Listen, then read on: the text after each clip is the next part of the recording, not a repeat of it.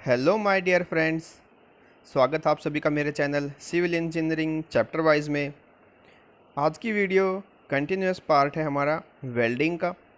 अभी तक हम welding introduction, advantages and disadvantages of welding, types of weld joint, इन सब को प्रीवियस वीडियो में डिस्कस कर चुके हैं। इस वीडियो में हम design specifications of fillet weld and butt weld and strength of fillet weld and butt weld, इन दो टॉपिक को अच्छे से डिस्कस करेंगे। ठीक है, आइए स्टार्ट करते हैं आज की वीडियो।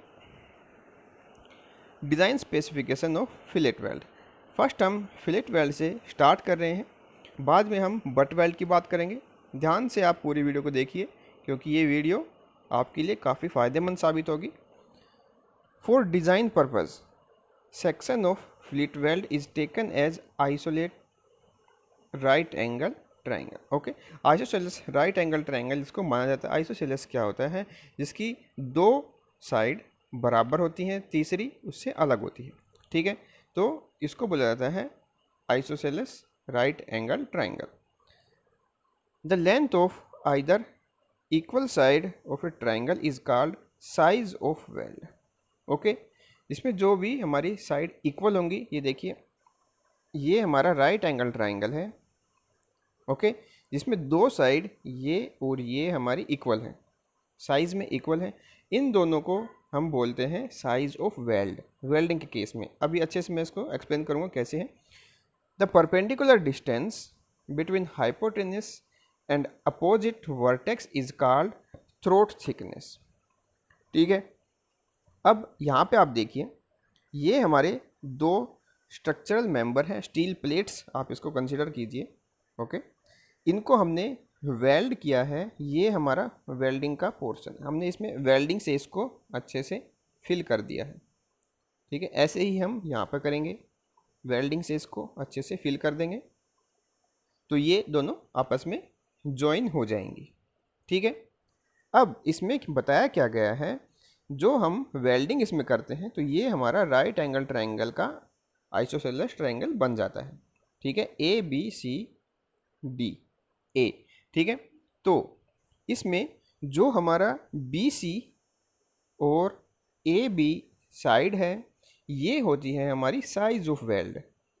ओके, जैसे ये इसमें दिखाया भी है, साइज ऑफ वेल्ड हमारा ये होता है बी सी और ए बी, ये लेंथ में बराबर होती हैं और इसी को हम साइज ऑफ वेल्ड बोलते हैं। ठीक है, यहाँ तक क्लियर बात है। अब बी से डी पॉइंट की डिस्टेंस जो है उसको बोला जाता है थ्रोट थिकनेस। ठीक है, थ्रोट थिकनेस बोला जाता है बी डी को। ठीक है, और जो डी से ऊपर का हमारा वेल्डिंग का पोर्शन है ये एक्स्ट्रा होता है, इसको बोलते हैं रेनफोर्समेंट।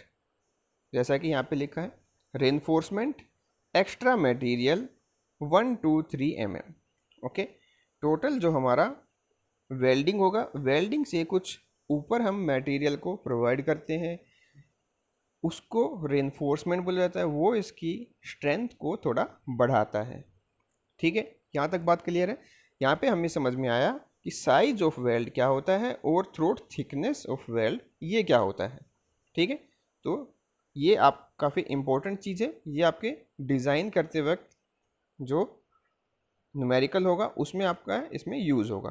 तो साइज ऑफ वेल्ड ये और थ्रोट थिकनेस आपकी ये, तो ये है आपकी दो टर्म, इसको आप अच्छे से याद रखिए। अगर आप मेरे channel civil engineering chapter wise पे नए हैं तो प्लीज़ आप इसको सब्सक्राइब ज़रूर कीजिए, साथ ही साथ बेल आइकन को आप ज़रूर प्रेस कीजिए ताकि मेरे आने वाले सभी वीडियो का नोटिफिकेशन आपको मिल सके और आप उसका बेनिफिट ले सकें। साथ ही साथ आप इस वीडियो को अपने स्टडी रिलेटेड ग्रुप में शेयर ज़रूर कीजिए ताकि वे भी, आपके फ्रेंड्स भी इसका बेनिफिट ले सकें। अब आता है minimum size of fillet weld. Minimum size कितना होना चाहिए? ओके, एज पर IS 816 ने कुछ रिकमेंडेशन दी है कि हमारा अगर प्लेट का साइज़ या फिर स्ट्रक्चर का साइज़ हमारा कितना है तो उसके अकॉर्डिंग मिनिमम साइज़ हमारा वेल्ड का कितना होना चाहिए। जैसे फर्स्ट ये टेबल है, up to and including 10 mm, 10 mm से कम और 10 mm तक, ठीक है, 10 mm इसमें इंक्लूडेड है। 10 mm तक का साइज़ है अगर हमारी स्ट्रक्चरल मेंबर का, प्लेट का या कुछ भी हो, तो उसमें हमारा मिनिमम साइज़ कम से कम 3 mm तो होना चाहिए। 3 से ज़्यादा भी हो सकता है, ठीक है, 3 से कम तो बिल्कुल भी नहीं, ठीक है। तो ये इसमें बताया गया है।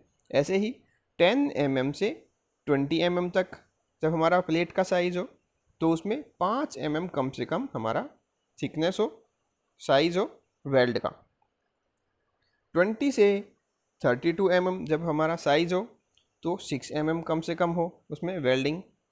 और जब हमारा 32 mm से बड़ा हो साइज़, थिकनेस ऑफ प्लेट बड़ी हो, ज़्यादा हो, तब उसमें क्या होता है 9.5 minus minimum size of fillet weld. 9.5 mm में से माइनस करना है हमने minimum size of fillet weld. Minimum size जो भी आपको इसमें गिवन है। अब इसमें note, when the minimum size of fillet weld is greater then thickness of thinner part, the minimum size of weld should be kept equal to the thickness of thinner part। इसमें क्या बताया गया है, अगर आपके पास दो स्ट्रक्चरल मेंबर हैं, okay, जैसे एक स्ट्रक्चरल मेंबर आपका 5 mm का है और एक आपका है 10 mm का, तो आपको जो उसमें थिकनेस जो आपकी वेल्डिंग की जो साइज होगा, तो वो आपको थिनर पार्ट का जो थिकनेस है उसके इक्वल लेना है। कब लेना है, जब आपकी थिकनेस इसमें थिनर पार्ट से ज़्यादा हो जाए। सपोज जैसे हमारे पास एक ये पार्ट है और एक ये पार्ट है, ठीक है, तो इसमें हमारी थिकनेस है, हम सपोज करते हैं ये 20 mm का है और ये है हमारा 30 mm का, दो इसमें प्लेट में। अब इनको हमें जॉइंट करना है, तो मिनिमम साइज हमारा कितना होगा 5 mm, ठीक है। तो 5 mm हमारा यहाँ पे इसको जॉइंट करने के लिए, इससे ज़्यादा हम यूज़ कर सकते हैं, पर कम से कम तो 5 होना चाहिए, ठीक, क्योंकि इसमें 20 गिवन है, ये वाली कंडीशन इसमें अलाउ करते हैं 5 mm ये। बट अगर 5 mm हमारा ये साइज़ है और हमारा ये वाला जो स्ट्रक्चर है ये हमारा और कम हम यूज़ कर रहे हैं यहाँ पे, जैसे हमने मान लिया यहाँ पे 6 mm की प्लेट है, उसको जॉइंट करना है 30 mm की प्लेट से, ठीक है, ये अब 20 नहीं, ये 6 है, ठीक है, 6 mm की प्लेट, 6 mm को हमने 30 mm से जॉइन करना है, तो 6 mm में तो मिनिमम हमारा 3 होना चाहिए, ओके, बट यहाँ पे हमने 5 यूज़ किया है। तो ऐसे केस में हम जो थिनर पार्ट, हमारा पतला वाला पार्ट है, उसकी थिकनेस के इक्विवेलेंट हमारी वेल्डिंग को लेते हैं, ओके। तो इसमें नोट में यही बताया गया है, ये देखिए, ठीक है। When minimum size of fillet weld is greater than the thickness of thinner part, the minimum size of weld should be kept equal to thickness of thinner part, ठीक है, थिनर पार्ट के थिकनेस के equal हम उसको लेते हैं, okay. अब आता है maximum size of weld. Maximum size हमारा कितना होता है, ये देखिए, जब हमारा स्क्वायर का केस है, अगर हमारी प्लेट स्क्वायर है, जैसे स्क्वायर एज है, उनके एज स्क्वायर है, maximum size of weld should not be more than thickness of edge minus 1.5 mm, ठीक है, 1.5 mm से थिकनेस हमारी कम होनी चाहिए। ये देखिए, यहाँ पे आप देखिए दो प्लेट है 8 mm की, ये 8 mm की, ओके।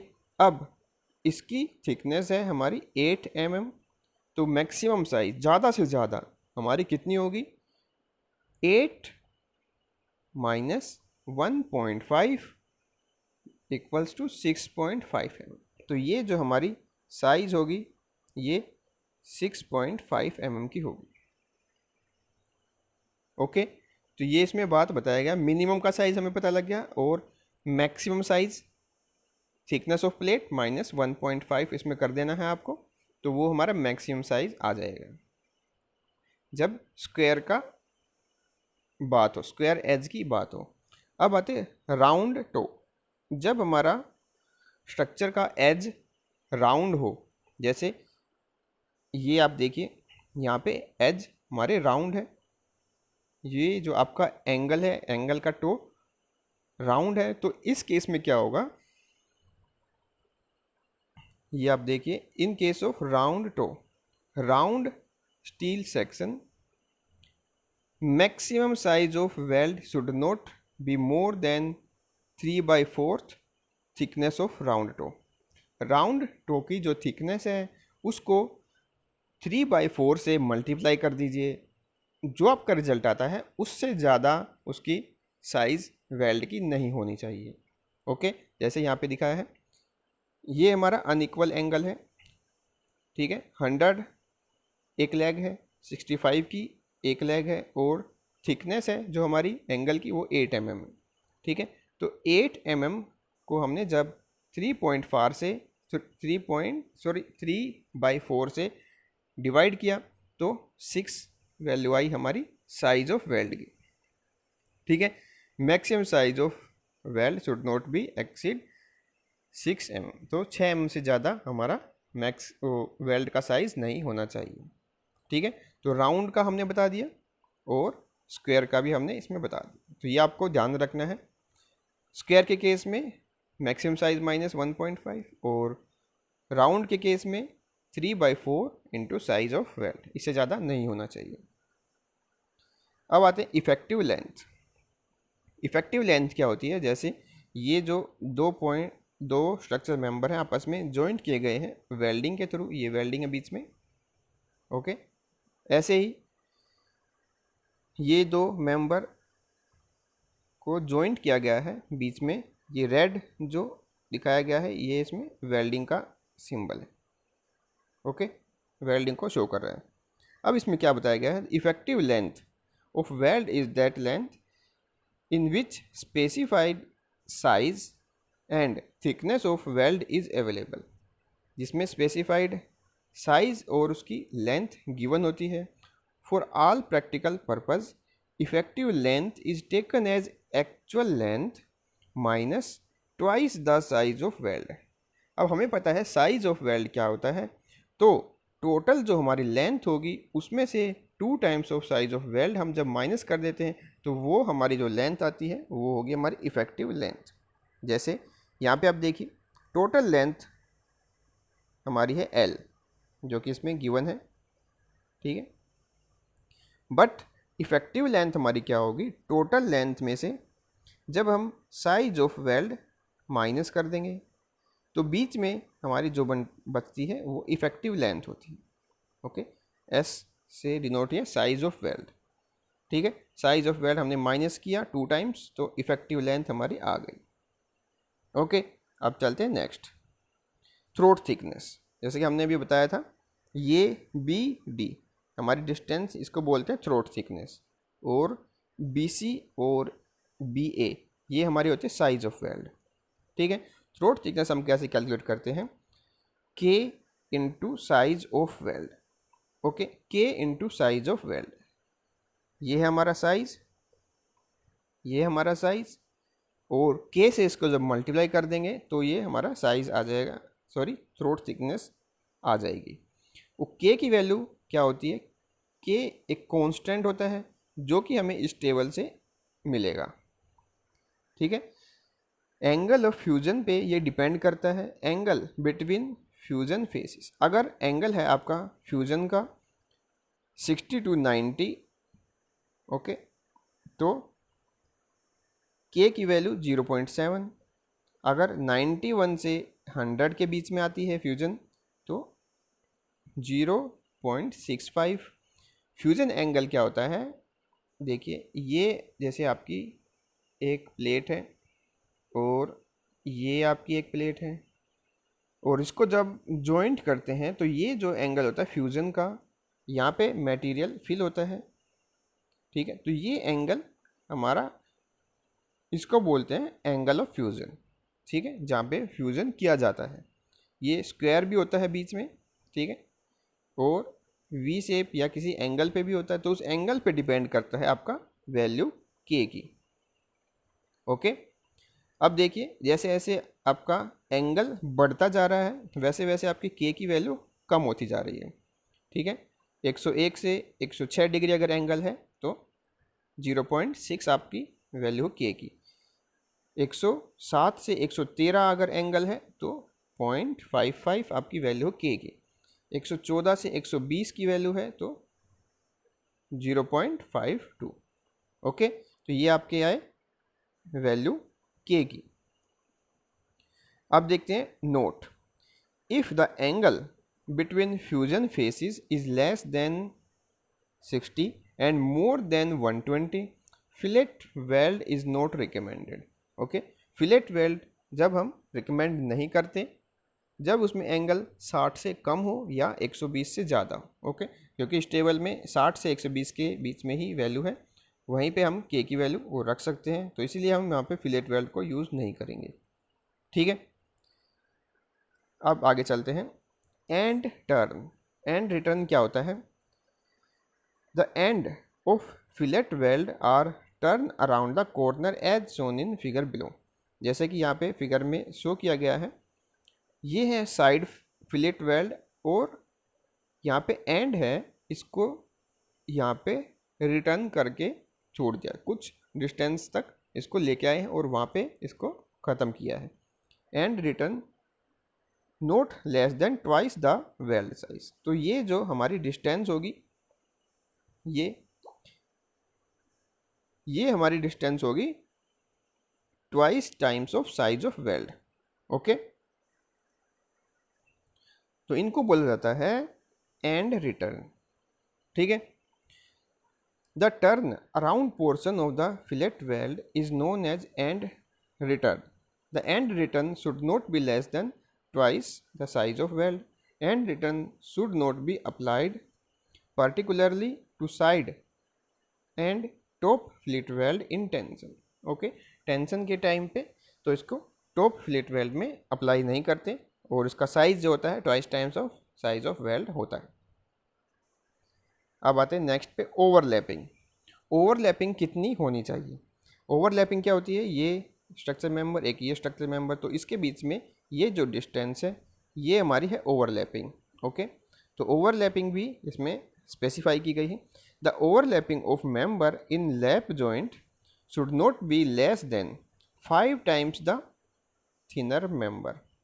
ठीक है, जो थिकनेस है थिनर मेंबर की, पतले मेंबर की, तो उसका 5 गुना। ठीक है, 5 टाइम्स वो जो डिस्टेंस होगी उससे कम ये हमारी ओवरलैपिंग नहीं होनी चाहिए। ठीक है, ये जो डिस्टेंस होगी उससे कम नहीं होनी चाहिए, ये है ओवरलैपिंग। अब आता है side fillet. The length of side fillet weld in case of lap joint should not be less then perpendicular distance between them. The perpendicular distance between the side fillet should not be more then 16 times the thinner member connected. Okay, इसमें क्या बताया गया है? ये जो इसकी length, ये हमारी साइड फिलेट है, साइड वेल्डिंग है। ठीक है, साइड फिलेट है। अब फॉर साइड फिलेट डी है, ये हमारा डिस्टेंस, ये ज़्यादा नहीं होनी चाहिए एच, इससे ये ज़्यादा नहीं होनी चाहिए, इसकी थिकनेस से ज़्यादा डी हमारा नहीं होना चाहिए। ठीक है, इसमें ये बताया गया है। और एच जो है हमारा वो 16 times of thickness of thinner member, ये इसके इक्वल या इससे ज़्यादा नहीं होना चाहिए। ठीक है, तो क्या समझ में आया इसमें? तो इसमें आपको यही समझ में आया कि ये जो डिस्टेंस हमारी 16 टाइम्स ऑफ थिकनेस से ज़्यादा नहीं होनी चाहिए। ठीक है, किसी भी साइड फिलेट से, ये दो हमारी साइड फिलेट वेल्ड हैं, इन दोनों के बीच में जो डिस्टेंस होगी वो हमारी 16 times of thickness of member से ज़्यादा नहीं होनी चाहिए। ठीक है, और जो हमारी साइड की डिस्टेंस है, साइड वेल्ड की डिस्टेंस है, वो हमारी इसके ज़्यादा नहीं होनी चाहिए। ठीक है, तो ये इसमें बताया गया है साइड फिलेट। अब आते हैं next intermittent fillet weld. Intermittent fillet weld क्या होता है, जैसा कि आप फिगर में देख सकते हैं, दो टाइप की इंटरमिटेंट फिलेट वेल्ड इसमें दिखाई गई है। कंटिन्यूस वेल्डिंग ना करके तो कुछ कुछ डिस्टेंस पे वेल्डिंग कर दी जाती है, बीच में कुछ स्पेस छोड़ दिया जाता है, तो इनको इंटरमिटेंट फिलेट वेल्ड बोला जाता है। जैसे एक पोर्शन ये है अल्टरनेट और ये है बिल्कुल सेम अपोजिट डायरेक्शन में दोनों तरफ वेल्डिंग की गई है। ठीक है, दो टाइप की है इंटरमिटेंट। इसमें क्या बोला गया है, it is provided when the length of weld required to transfer calculate stress is less than the continuous length of the joint. ठीक है, जब वहाँ पे स्ट्रेस कम आ रहा हो, जैसा कि हमने कैलकुलेट किया है, तो वहाँ पे वेल्डिंग हम कम कर देते हैं। ठीक है, these are provided in small length with spacing between them.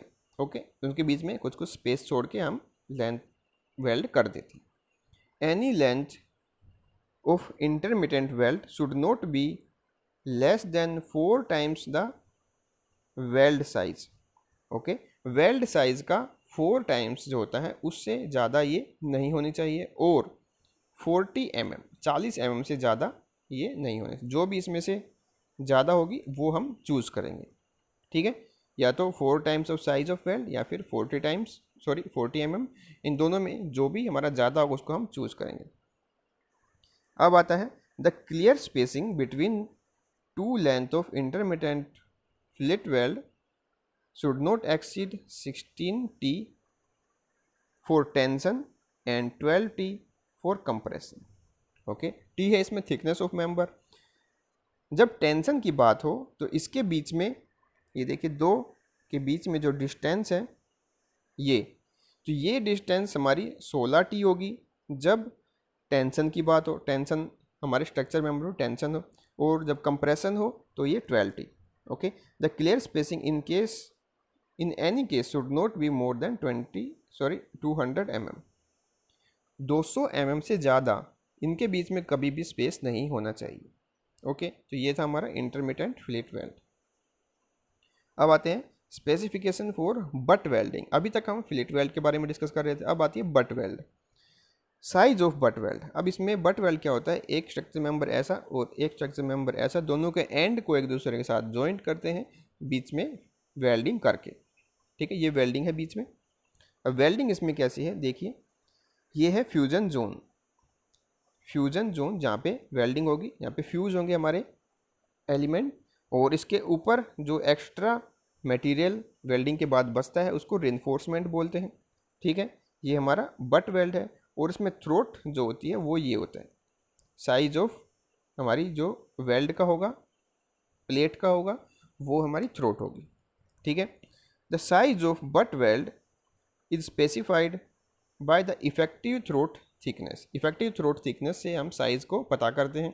The extra weld that is reinforcement is at least 10% greater than the thickness of the welded material. Welded material की जो थिकनेस है उसका 10% हम लेते हैं रेनफोर्समेंट में।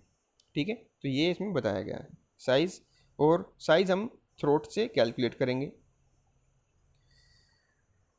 Throat thickness in case of complete penetration of weld. जब हमारा पेनिट्रेशन कंप्लीट है, पेनिट्रेशन का मतलब है जब वेल्डिंग हम कंप्लीट करते हैं, ये देखिए कंप्लीट और इनकम्प्लीट का मतलब कैसे होता है, जब वेल्डिंग हमारी इस एज से स्टार्ट होती है और इस एज पे निकल आती है। ठीक है, तो पूरे स्ट्रक्चर मेंबर के पार ये चली गई है, पेनिट्रेट इसको कर दिया है, तो ये हमारी पेनिट्रेट कंप्लीट है।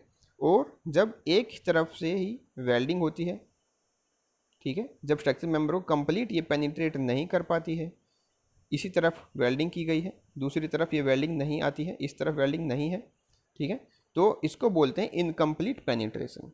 ओके, पेनिट्रेट कंप्लीट नहीं किया है। In case of complete penetration of weld, the effective throat thickness is equal to the thickness of thinner member। जो थिनर मेंबर है उसकी थिकनेस के इक्वल उसको मान लिया जाता है।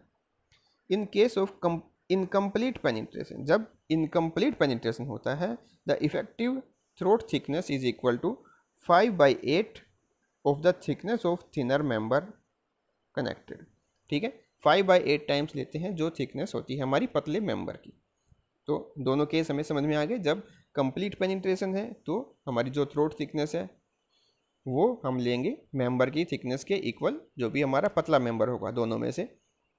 और जब इनकम्प्लीट पेनिट्रेशन है, कंप्लीट पेनिट्रेशन नहीं हुआ है, तो उस केस में हम थिकनेस लेंगे 5/8 of the thickness of thinner member.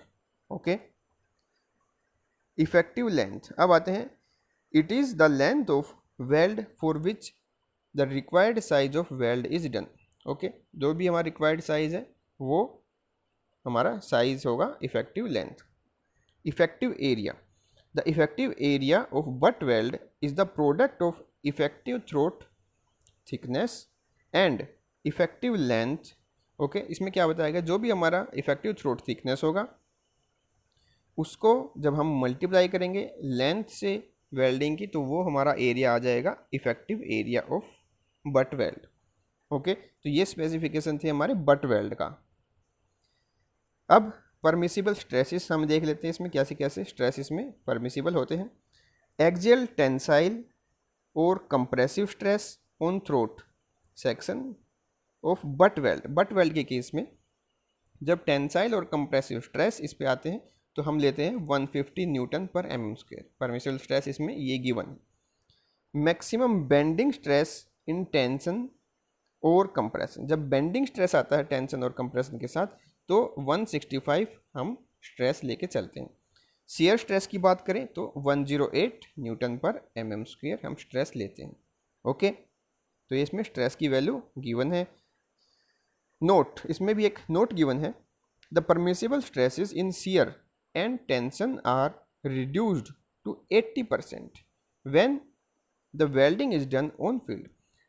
जैसे कि आप पहले भी हम डिस्कस कर चुके हैं, जब कंपनी में काम होता है, कंपनी फिटेड होता है तो वो काफ़ी अच्छा होता है। जब फील्ड पे कोई काम किया जाता है वो थोड़ा सा उसमें मार्जिन हम लेके चलते हैं, उसमें अच्छा काम नहीं होता। तो वैसे ही इसमें भी बताया गया है। शियर और टेंशन जब हम साइट पे यूज़ करते हैं वेल्डिंग का तो उसमें हम 80% ही यूज़ करते हैं, जैसा कि हम अपनी किसी शॉप पे काम करते हैं। ठीक है, शॉप पे काम करना हम 100% उसकी एफिशिएंसी मान के चलते हैं, और जब साइट पे या फील्ड पे हम वेल्डिंग करते हैं तो वहाँ पे उस पर एफिशिएंसी 80% ही हम लेके चलते हैं। ठीक है, क्योंकि वहाँ पे इतनी अच्छी इक्विपमेंट्स नहीं होते, इतना अच्छा इन्वायरमेंट नहीं होता, कभी बारिश कभी सर्दी, तो उसमें जो वेल्डिंग होती है तो उसमें थोड़ी सी उसकी एफिशिएंसी हम कम कर देते हैं। ठीक है, stress in fillet weld shall be considered as shear on throat respective of direction of applied load। तो जो भी इसमें डायरेक्शन ऑफ लोड है उस पर ये डिपेंड नहीं करता, तो इसमें ये बताया गया।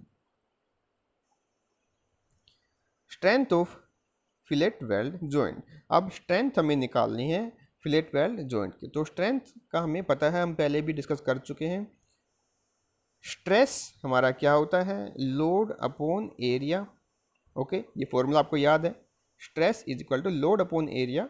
और अगर हम लोड जो होता है इसको हम स्ट्रेंथ भी बोलते हैं। ठीक है, आप कितना लोड ले सकते हैं, यानी कि आपकी स्ट्रेंथ कितनी है। ठीक है, ऐसे ही कोई मटेरियल कितना लोड बियर कर सकता है तो वो उसकी स्ट्रेंथ होती है। तो हमें स्ट्रेंथ हमें निकालनी है, यानी कि लोड हमें निकालना है, और इसके लिए हम क्या करेंगे, स्ट्रेंथ को एरिया से मल्टीप्लाई कर देंगे। एरिया हमारा यहाँ पे आ जाएगा, तो एरिया इंटू स्ट्रेस हमारा होता है स्ट्रेंथ। ओके, तो ऐसे ही हमने यहाँ पे किया है। इस फॉर्मूला के आप याद कीजिए, हमें निकालनी है स्ट्रेंथ। ओके, तो tau V F into L into T. तो इसमें 3 टर्म दी हैं, 3 टर्म है क्या क्या ये हम देख लेते हैं। P, strength of fillet weld joint, ये हमारी है स्ट्रेंथ, जैसा कि हमने अभी देखा। टाउ वी एफ, टाउ का मतलब क्या है, परमिसिबल शियर स्ट्रेस। ओके, तो ये दिया है हमारे पास shear stress in weld, take 108 newton पर mm²। इफ़ नॉट गिवन, अगर गिवन नहीं है तो 108 आप इसको वैल्यू ले सकते हैं। ठीक है, एल है effective length of weld, T है थ्रोट थिकनेस ठीक है। तो थ्रोट थिकनेस और एल हमारा क्या हुआ, एरिया, ओके। और ये है हमारा स्ट्रेस, तो दोनों को जब हम मल्टीप्लाई करते हैं तो आ जाता है लोड, यानी कि स्ट्रेंथ, ठीक है। ये आपको याद रहेगा। अब स्ट्रेंथ आपको निकालनी है, स्ट्रेंथ होता है लोड, तो लोड हमारा क्या होता है, स्ट्रेस इनटू एरिया, ठीक है। थ्रोट थिकनेस आप कैसे निकालेंगे, ऐसे K इंटू एस, एस है हमारा साइज ऑफ वेल्ड और K आपका कॉन्स्टेंट है जो कि आप टेबल से पता कर सकते हैं, ओके। अब देखते हैं strength of butt weld. Butt weld के केस में P है हमारा strength of butt weld, sigma है हमारा परमिसिबल स्ट्रेस इन टेंशन और कंप्रेशन, टेंशन में भी हो या कंप्रेशन में भी हो तो वो हमारा है स्ट्रेस। इसको हम 150 न्यूटन पर mm लेते हैं अगर कहीं पे गिवन नहीं है, अगर गिवन है तो हम वो वैल्यू पुट करेंगे। और L इंटू टी आपको पता है ये हमारा एरिया होता है, एरिया इंटू स्ट्रेस आपका आ जाता है लोड और स्ट्रेंथ, ठीक है। L क्या है, effective length of weld, T है थ्रोट थिकनेस जो कि K इंटू एस है, K है आपका कॉन्स्टेंट जो कि आप टेबल से पता कर सकते हैं, और साइज है आपका वेल्ड S, ठीक है। तो ये थी हमारी स्ट्रेंथ ऑफ बट वेल्ड। उम्मीद करता हूँ आपको ये वीडियो अच्छी लगी है, तो मेरे चैनल को आप लाइक ज़रूर कीजिए, शेयर कीजिए अपने स्टडी रिलेटेड ग्रुप में, और कमेंट करके मुझे बताइए कि आपको इसमें कुछ समस्या या कुछ डाउट है तो वो मुझे बताइए। अगर आपको वीडियो अच्छी लगी है तो वो भी आप कमेंट करके मुझे ज़रूर बताइए, ओके। मेरे चैनल को सब्सक्राइब ज़रूर कीजिए। Thank you for watching, have a good day.